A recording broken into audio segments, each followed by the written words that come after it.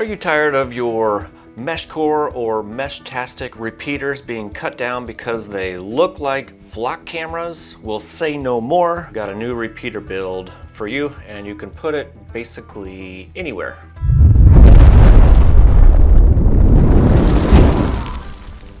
All right, I am just kidding. I don't know of any MeshCore or MeshTastic repeaters that have been cut down because they look like flock cameras. I just saw that somebody posted that in the Mesh network and I thought it was hilarious. We are going to build a new style of repeater right here. One that is a little more inconspicuous than something like this. I mean, sure, I could probably paint this to make it a little more inconspicuous, but something like this that is made with a conduit body, you can just stick it anywhere because you got a couple of magnets right here. I mean, it kind of looks like it should be there, minus this big ass antenna, but you could put a smaller antenna up there and it would be even more inconspicuous. So that's what we're going to do today, is build one of these repeaters. And just FYI, this is not my design. I am copying it from somebody else and his name is Tim.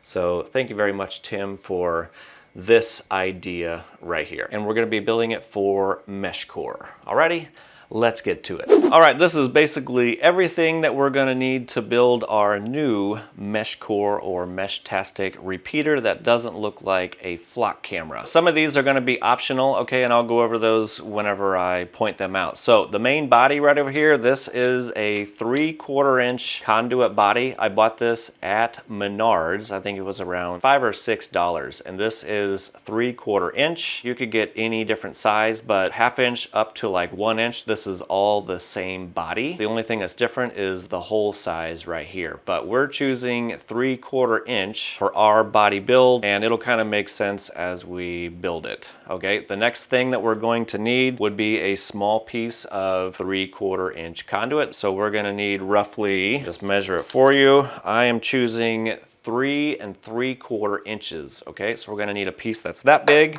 and then we're going to need another short piece which is around 1.5 inches. If you can get like a foot of this stuff, that's all you're going to need. I mean, technically you need less than that, but if you can buy a foot, get a foot. Next thing we're going to need is the 3/4 inch, I forget what these are called, but 3/4 inch on this side, and then you have the threads on this side. So we'll need one of those, and then we're going to need a 3/4 inch cap. Okay, so what this does is your antenna is going to be right here based on whichever antenna you use. I'm using the alpha antenna. You're going to need the end connector if you are using the alpha antenna. Anyway, to build this real quick, your longer piece of conduit is going to go right there. Your cap is going to go on this side. On the bottom side, going to be the shorter piece of conduit, and then it's going to be the threaded piece of conduit. That is the basic build right there. But of course, we don't want to glue anything quite yet because there is a few more things over here as well. Okay, so next thing, of course, you can choose whatever antenna you want. The next thing that is optional, you can choose whatever you want, is the actual main board. I am going to be using the rack wireless whiz block. This is the same one I've used for the other repeater that's actually in this one right here. I'm just a big fan of these. And I also bought one of the little tiny booster boards that we can put on the rack wireless whiz block, and we can turn it into a 1-watt repeater. Next optional thing is going to be a TP4056. These are little tiny chargers for 18650s or LiPo batteries. Basically, these will input your 5 volts and then output your 4 to 5 volts so you can charge your batteries, but these will allow you to charge up to 1 amp. The rack wireless whiz blocks, I think these are only, they're kind of capped at like 350 milliamps, so you don't get a whole lot of charging power. So if you're using multiple tiny solar panels, or if you're using a bigger board like this, you're kind of wasting power unless you use the TP4056, because this will let you charge at 1 amp versus the board over here, which is 350 milliamps. Again, this is optional because we're going to be using these little tiny solar cells right here. I don't know if that's the actual part number or not. Of course, I'm going to have all this stuff listed down below, but these are 110 by 60 millimeter, and I think they're around 200 milliamp output, which I have tested, and they do actually do that. We're going to be using 3 of those, so that's a total of potentially 600 milliamps, and that's more than what the rack board can do, and that's why we're using the TP4056. The next optional thing, which people do and do not use, are these little pressure relief ports, or I forget what they're actually called. It's basically like a little tiny vent. We are also going to be installing one on ours, but for ours, I cut out this little, like, it's kind of like a washer, and I cut this out of a Folgers lid, a plastic lid, and we did that because I'm going to screw the little breather port into there, okay? So we'll have a little washer, and that is actually going to be shoved up underneath here with our little breather port in it. So that's why we didn't want to glue this quite yet. Again, this is optional. Some people do them and some people don't. I just go ahead and put them in.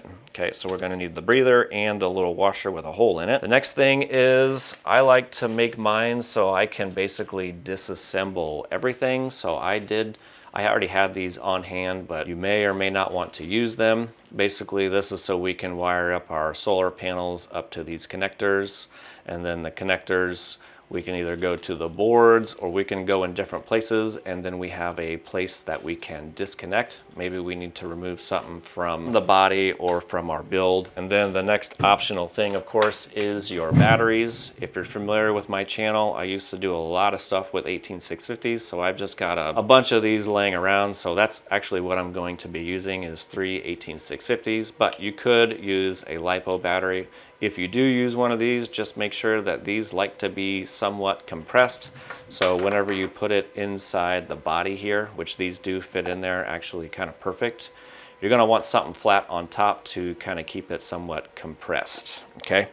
And then finally, the last thing that I bought, since I'm using the 18650s, is I bought some of these little spot welding tabs so I can spot weld all of my batteries together. That's basically everything in the build, and of course I will have everything listed in the description down below. And the last thing I forgot was the little tiny magnets, because we are going to want to maybe stick this to, I don't know, places. And then the last thing that I always forget about is I printed off one of these, I forget what they're called, but it's just a little holder for the rack wireless whiz block. And if you do print one of these, you are going to need some little tiny screws, which I have a bin full of little, yeah, you can't even see it. They're just some tiny screws that are like the size of a piece of rice, a rice grain, at least 3. All right, first thing we're going to do is grab our rack wireless whiz block and the booster board and combine these two to turn it into a 1-watt booster. All right, like I said, we're going to be using the rack wireless whiz block, and this is the 4630 board right here.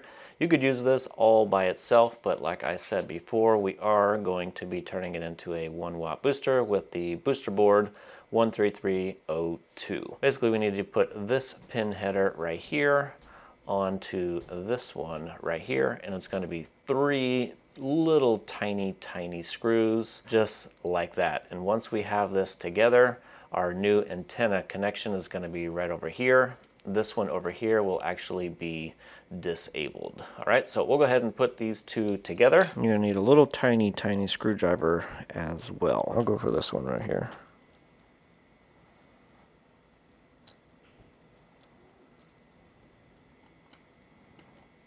Definitely don't want to be a gorilla tightening these down. Boom, there we go. Now we have a 1-watt booster board together. So now what we can do is put the board onto the little 3D printed holder right here. All right, future Average Joe, my microphone shut off, so this is gonna be a voiceover. So in this little section, all I am really saying is, depending on what board you're gonna be using for your repeater, you may or may not be able to just drop it right inside the conduit body, and since we're using the 1-watt booster board, it is kind of large, so I can't really set it inside the conduit body with the 3 18650s that I am going to be using. I could set it in there, but it is kind of large, and I would rather it be kind of on something solid. So if you have a smaller board, you can put that just right inside. And since I'm using the 1-watt booster board and it is kind of large, I'm just gonna mount everything on the lid. So with the little board holder, all I'm really trying to say here is mount the board roughly in the center of the lid, because once the 1-watt booster board is mounted in here, I'm going to take the Bluetooth antenna and I'm actually going to glue that on the board as well. I didn't want to sticky it on there, but you could. So I'm just going to put the Bluetooth antenna over on this side, and then since we're using the TP4056, we need just a little bit of room on the other side, so we can hot glue that on that side as well. And then all I'm doing here is making a couple of pen marks that mount up with the screw holes on that board holder, so I know exactly where to place it. And then I'm just going to hot glue it in place, roughly in this location right here. Okay, so that's all I'm doing right now is just hot gluing the little board holder onto the lid. And once that's glued in place, I just mount the board to the board holder. That's pretty much all that's happening right here. Boom, there we go. We got the 1-watt booster board mounted to the lid. Now the next thing we can do is wrap the Bluetooth antenna to the other side so we can just kind of glue that in place too. Like I said, you could peel off the double stick tape, but since I like to have everything removable, I'm just going to put a little dab of glue to hold that in place. Boom, there we go. Bluetooth antenna glued in place. Now we have enough room for the TP4056 right over here. And finally, in this last little portion, I'm pulling out some of those spot welding tabs so I can spot weld all 3 batteries in parallel together. I wrap them up in tape, just kind of hold them in place, and then I just put them inside the conduit body, just something solid for me to spot weld to. And I'm using my DIY Arduino spot welder that I made many years ago. And that's pretty much it. I'm just going to spot weld all 3 of these batteries together, all positives together, and then all negatives together. All right, now we're going to start working on all the wiring. All right, so all we're going to need is 2 of the bigger size JST. I don't remember the size. I'll put it in the bottom of the screen. 2 of those are going to be attached to the battery, okay? And then the other side, we're going to make some wires attached to the ends that go right there. One side is going to go to the 1-watt booster board, and the other one is going to go to our TP4056. And then we're also going to make another wire that comes from the TP4056 that goes over to our solar panels whenever we get to that point. First thing we're going to do is strip them back a little bit. Usually what I like to do, cut this piece of heat shrink in half. I'm going to write TP on this one. I'm going to write rack on this one. And then we're just going to slip those over the wires, just so we don't get them mixed up later on. Now that I have those and they're labeled, I'm going to twist the positives together and I'm going to twist the negatives together, because these are going to be soldered directly to the battery. And to solder everything, I got a lot of questions whenever I was doing my battery build videos. I use a Lexivon torque wrench. Well, Lexivon reached out to me and see if I wanted to try out their butane torch, and that's what we're actually going to use for this little project. So inside of here, you're going to get a torch, a little stand for the torch to go in, and then a whole bunch of different options for heating things up. So you can do soldering, you can do like a blowtorch, you can do kind of like wood carving with this one right here. I did a whole short on this. I called it the Swiss Army knife of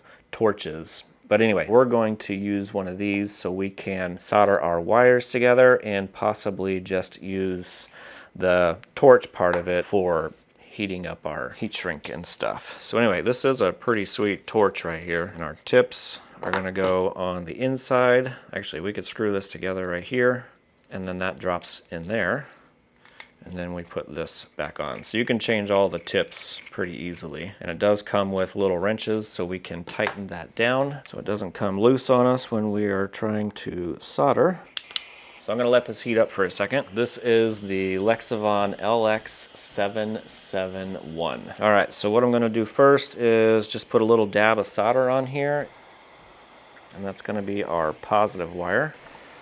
So go ahead and put that on there. Boom, just like that. I should probably keep an eye on where the exhaust hole is, because I did get a little too close to my battery there. That's okay. Flip it over to this side. Boom, there we go. There's the negative and there's the positive, and that's where I got a little too close from the exhaust. That was my bad. Got that soldered on. We could wrap these up. We'll just do that maybe with some electrical tape. Boom, there we go. So now what we're going to do is basically make the other end of these cables with these little tiny pieces of plastic right here. So we'll pull out some red and black wires. This is going to be kind of a pain of soldering these wires on here. I wish I had something better to do that with, but I don't. Boom, got the other side on. Nice. Okay, that worked out a little easier than what I thought it was going to do. So I'll just do the next one in black and yellow. Cool.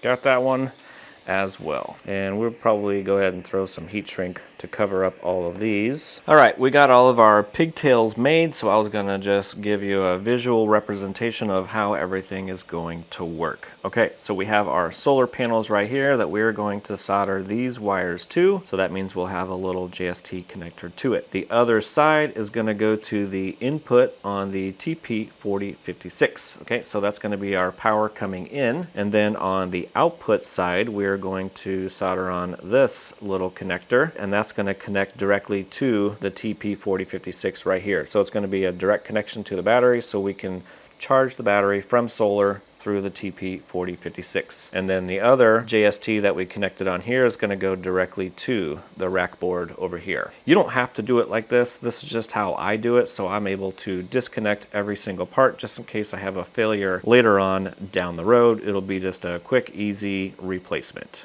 Okay, so now we're going to start assembling all of this together. So first thing we'll do is we'll solder our little pigtails to the TP4056. Solar is going to be on the yellow side, so that's going to be on my input. So let me get my wires cleaned up here. And then for the output is going to go with the red. And let me get these all tinned. I don't really have the helping hand, so I'm going to use this clamp right here. So our solar is going to go on the input side, which is the USB side, and these are clearly marked as well.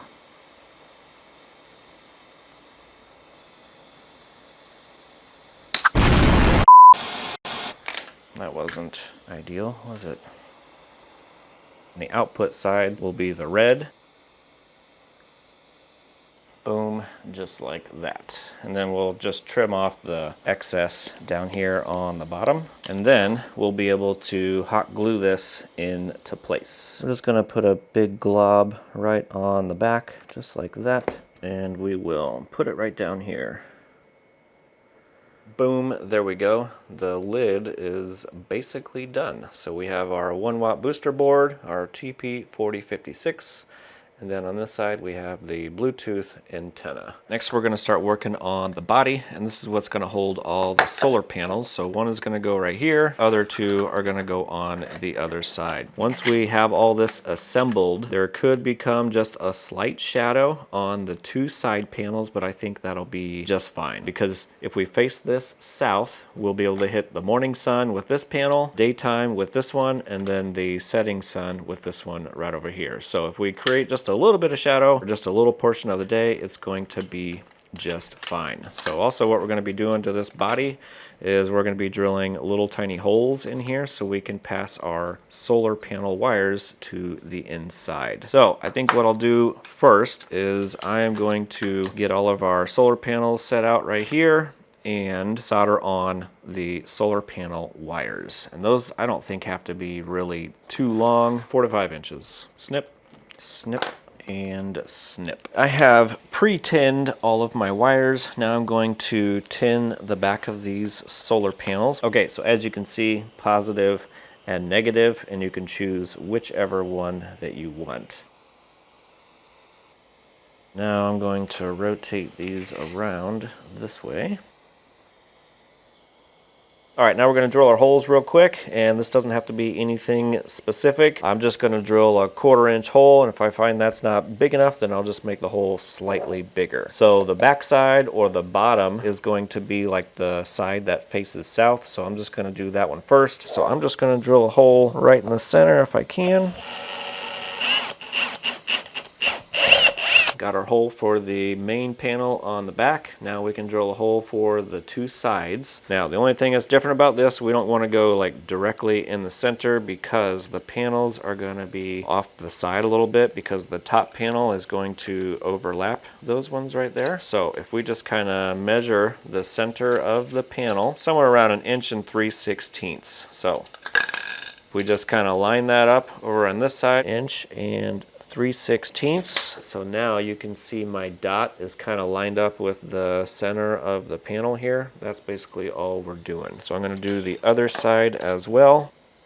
1 3/16. So that's going to be the marks for the next holes. So I'll just go ahead and drill those right now. Boom, there we go. Got all 3 holes drilled in the body. All right, next thing we can do, we can glue on or silicone on or however you want, put on the solar panels. So first one we're going to do is the back one because that kind of sets the other ones in place. Okay, so this is going to be glued first. And the stuff that I'm going to be using actually is Gorilla Heavy Duty Construction Adhesive. You could use silicone if you want, but this is what I have, so that's what I'm going to use. So what I'm going to do is just make like an oval around the hole and then set the solar panel right on top. And I am probably going to let this one dry for at least 15-20 minutes, and then I'm going to do the other ones just so we can make sure this one doesn't move out of the way. We just mainly need enough on here to hold the panel on. Like, this is probably too much.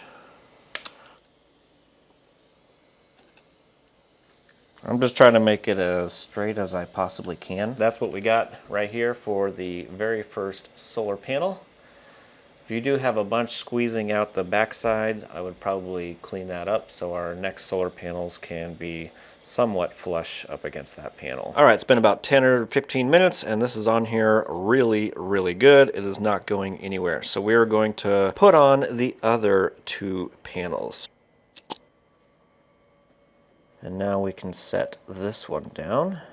And one thing I do want to make kind of clear is whenever you're pushing the side ones on, don't push them on so far that it makes the top kind of hard to put on. So just be aware of that if you do squeeze it on there. Now we can do the other side.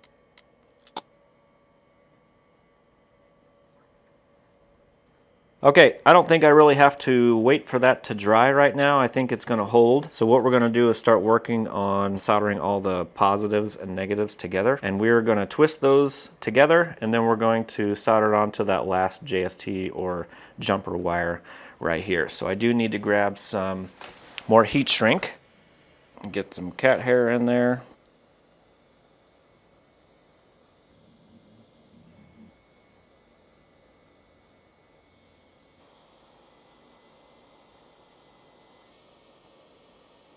Now we can slip our heat shrink over those. Boom, there we go. Got all 3 solar panels glued on, and we have all the wiring soldered together. All right, next thing is the other optional thing, and that is going to be the little breather port. And then I have this little washer looking material, and this was from an old Folgers lid. I just cut it out in the washer shape, and all we're going to do is thread that into it. And there is the rubber O-ring on there. I'm just going to leave that on. And then on the other side, obviously throw on that little nut. This piece right here is going to go on the bottom of the repeater. So we're just going to drop that in there. So you can see the breather port is on this side. And then from here, we're going to take our shorter piece of conduit. That's going to be glued into place. And then the last piece will be the threaded piece. That's just going to be glued right on here. So we'll go ahead and do that right now. And I'm going to be using medium gray PVC cement, the electrical kind, because this is all electrical. I'm just going to put enough on this side. I'll slide him in there all the way, and that's going to hold that washer and breather in place. And now we're going to put some more glue on there so we can glue on the bottom piece.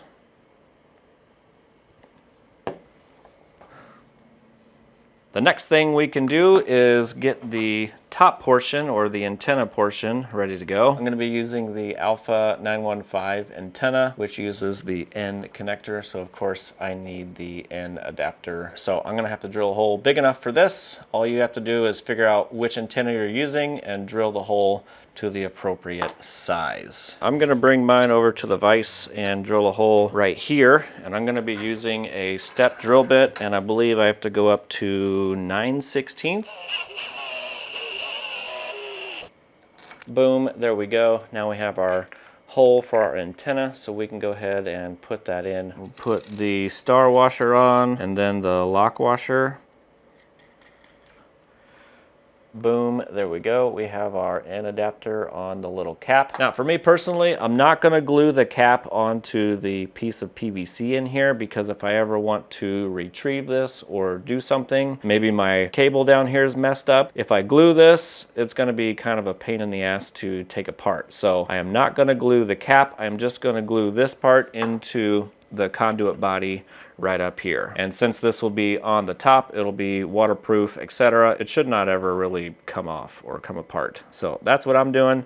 You can do whatever you want. So I'm gonna glue this part onto the conduit body. Now, one thing I didn't mention about this, why we were making this little tiny extension here and using some little spacers for our magnets is, let's say you're putting this on like a light pole or something like that. On the top of a light pole, there's usually like a little cap on there. If we have the magnets flush with the back and we don't have this little extension on there, we might not be able to get over and up around that cap. So that's the main idea behind this little extension right here. And as I mentioned before, I'm not going to be gluing on my cap on here because it's going to sit on there nice and tight. And if I ever have to remove or take this thing apart for some reason and replace this, then I can just pull the cap right off. And another thing why we don't want to glue this on right yet is because we actually need this to kind of go down in a specific way, because we're going to end up bending the cable a little bit so it can go down and this way and attach to this side right over here once we install it. So we have the IPEX going that way, so we are going to want to put a bend. You don't want to kink it, you don't want to get kinky with it. And then on this end we're going to put a bend like this. So we're kind of making like an S. So once we stick it in there, we're going to be in the rough location of where the IPEX can connect up to the rack wireless whiz block. So that's what we got to do right here. And usually what I do is once I figure out the exact position, I'll put a little marker mark on the bottom side of this lip to always keep it aligned to that same exact spot. All right, next thing I'm gonna do is I could drop the battery in just like this, but since there's open contacts and all that kind of fun stuff, I'm just going to wrap it in electrical tape, and then we can start assembling our brand new repeater. Got the battery all taped up. Next thing we can do is drop her on in. We're gonna kind of roll it as we go in. Boom, there we go. We got our battery in there. Basically, we just need to make sure our connections are accessible. And now my battery is about to die. Hold on a sec. Now it is going to be real tricky getting it onto that little IPEX connector right there, and that's why we put that little S-bend in our cable or our antenna wire. Once I get it connected here, I am going to put a little dab of glue on the board just to make sure the IPEX connector stays connected, because once we install this, we won't know if it's technically connected. Let me put this on here so I don't forget. So this is going to be real tricky for you guys to see, but that's what I'm doing is I am connecting up the IPEX antenna to the board. Actually, it would probably be best if you got a longer cable here. That would be ideal. Now that I got the antenna wire connected up to the board, I put that little dab of glue right here just to make sure this does not come off. Okay, now we're going to connect up the power wires. So one's going to go to the TP4056, one's going to go to the rack board right here. First thing I'm going to do, since we do have the antenna hooked up, is I am going to plug this into the booster board or the rack board into the battery port. So technically we are powered on now. Next thing I'll do is I'll hook up to the TP4056, which is right up underneath there. Go ahead and plug him in. Boom. And then our last one is going to be the solar panel wires, which I'm going to come around the back side here.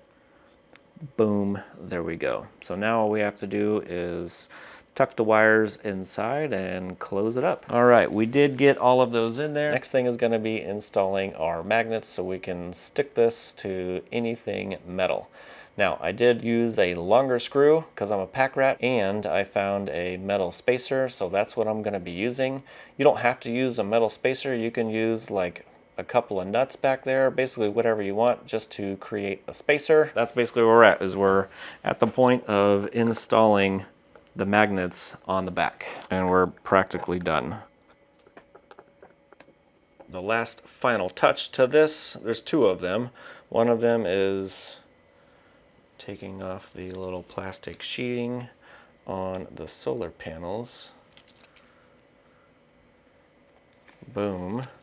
And then the very last thing, what I would do is I would wrap this in antenna tape to make all this watertight. Alrighty, so there we go. Fully assembled, badass repeater that doesn't look like a flock camera one bit. So it is storming outside, so we're not going to be able to go outside and like deploy it anywhere, and to test it out, we're going to be using something else that just showed up in the mail. This is a Seed Studio Mesh Tracker X1, and it is brand spanking new, other than like their testing that they did on this.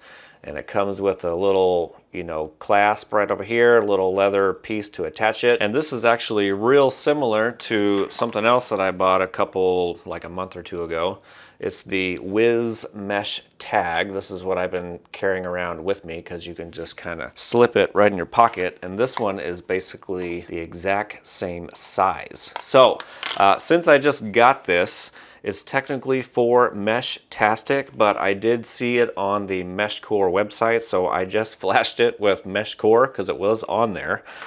And I don't even really know anything about it, so I just printed off the specs if you would like to hear those real quick. So this is the SenseCAP Mesh Tracker X1 for Mesh-tastic. Ultra precise dual band GPS tracking, powered by dual band L1 plus L5 GNSS with a built-in barometer. I did see a couple little slits right back there. That's for like temperature and all that kind of stuff. So it does that. Long range communication up to 8 kilometers or about 5 miles for us here in the United States in open line of sight conditions. Next gen LoRa connectivity powered by the Semtech LR2021.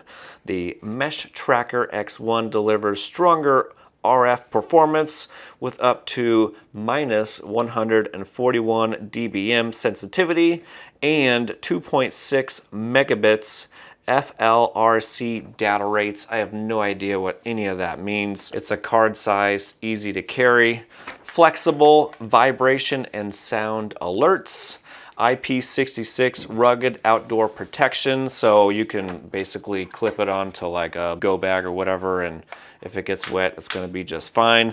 And then it's got USB-C on the bottom. And finally, it has a extended battery life. High capacity, 1100 milliamp hour battery, delivering up to 5 days of runtime, which is actually one more day than my Mesh Tag right here. So again, I haven't even tested it out. I literally just threw MeshCore on it. So we're going to test this out with the new repeater right here. And I doubt we're even gonna get a message sent out and back in because obviously I've got my other repeater down here so I can do the video.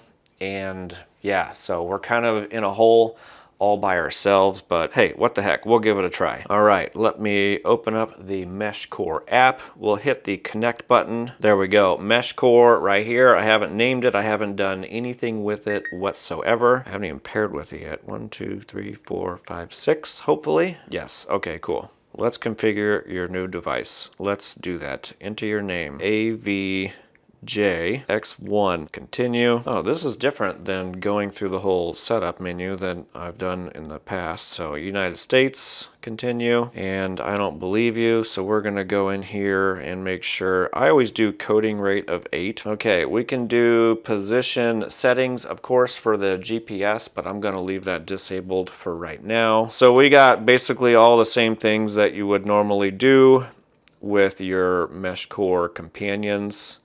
Let me go ahead and save that real quick. We will go down here and reboot it just so we make sure. Oh, it made a little noise. I don't know if you heard that. We'll hit connect. There we go. There is my X1. That's probably that repeater right there. Okay, we are logged into that repeater right now. And I've actually renamed it. I thought I renamed it, but maybe I didn't. Refresh. There we go. All right, so the guy that showed me this design, his name was Tim, and his repeaters are just 3-letter words. And since I copied his repeater, I basically copied all of the names of his repeaters too. So if he put in like JSR, I just made mine not JSR, so everybody knows that it's me. It's just kind of a joke that we have running around here in Omaha. So anyway, we are not JSR. Okay, so what I'll do real quick, let me do an advert one more time. Okay, so what we're going to do is we are going to advert ourselves for the very first time. And I just got a little message on my home companion that's over there. Anyway, we're gonna go to channels. All right, first message, we're gonna put test for YouTube from SenseCAP X1 and not JSR repeater. Boom. I don't even know if we're going to get out, let alone get a message back. But I heard 3 repeaters right here, so we'll see which ones we got. So we have 2 unknown repeaters and then not JSR, which is the one that we just built. We may or may not even get out, but hopefully those unknowns will get us out. But so far, no messages yet, which is fine. That's exactly what I expected, because I need to put this one, the tree repeater, back up, and then I will put one of the new ones that we made. You know, I'll deploy it somewhere. Now, speaking of deploying, if we were going to go out there and put this somewhere, like a light pole or a side of a building, etc., the reason we put the threads down here is because we could get a 10-foot piece of conduit or longer. We'll put the threads on this side, thread that on there. You don't need too many threads, but just a couple. And then you can go up there and put this on somewhere. But the only problem with that is if you're carrying around, 10 to 20 feet of conduit, that is kind of, you may look a little odd. So what I did is I went on eBay and found one of these. They're like those extendable painter poles or whatever they're called. This one's got a really cool pattern on it. It said it was like electrical rated. I don't know if that's true or not, but anyway, on the end here, I made a little 3D adapter because these actually have the broomstick threads on there. They're big coarse threads right there. They're just the big coarse ones. So on this piece of plastic that comes with it, I made a little 3D adapter so I could take this piece around. It's only like 4.5 feet tall, so this is a little less inconspicuous. And then same thing, we can thread this on here, then we can extend the pole, drop this off wherever we're going to be, and then once we're done, bring the pole back down and then hightail it out there so nobody sees what you're doing. I'm just kidding. You're most likely going to put this in places that you have access to. Anyway, that's what we would do when we are going to deploy our brand spanking new repeater. Yeah, we're not getting any messages at all because, well, we're in a hole. So anyway, that's pretty much all I got for this video, was building a brand new repeater that does not look like a flock camera at all. I don't know if that's true or not. I don't know if people are cutting down, repeaters because they look like flock cameras, even though those do need to go. And then one last thing, since I thought this new repeater was so badass, I sent a picture to my dad, and he also thought it was badass, so he actually 3D printed one for me. But anyway, he actually found all the parts and he printed out one all for himself. Actually, quite a few. He's like going repeater crazy out there in Wyoming. But he did make slight modifications to the body. It's just a little bit wider and a little bit longer. The only reason he did that was because he wanted to be able to use 18650s as well,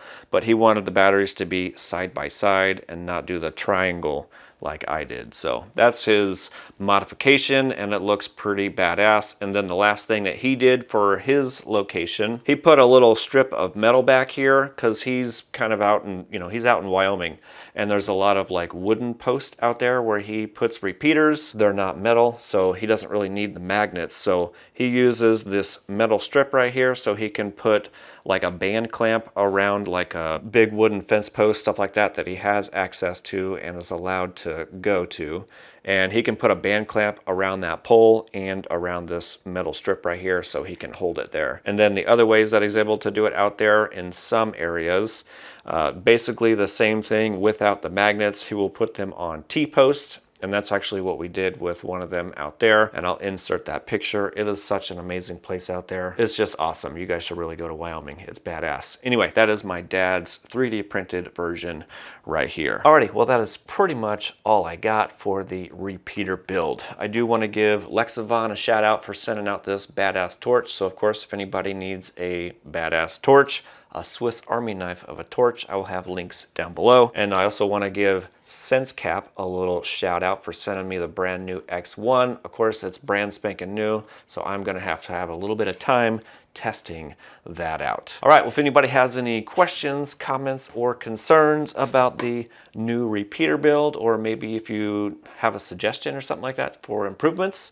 make sure you put those comments down below, because I do read them and I do incorporate them if I can. And then the last thing I'll mention is we're gonna start doing like schematics and diagrams and parts diagrams and all that kind of stuff for our YouTube members or Patreon members. So if you want to be a part of that, make sure you sign up to be a YouTube member or a Patreon member, and then you can have access to stuff like that. Alrighty, well that's pretty much all I got. If you guys thought this repeater build was pretty badass, make sure you like that smash button on your way out, and I will see you on the next one.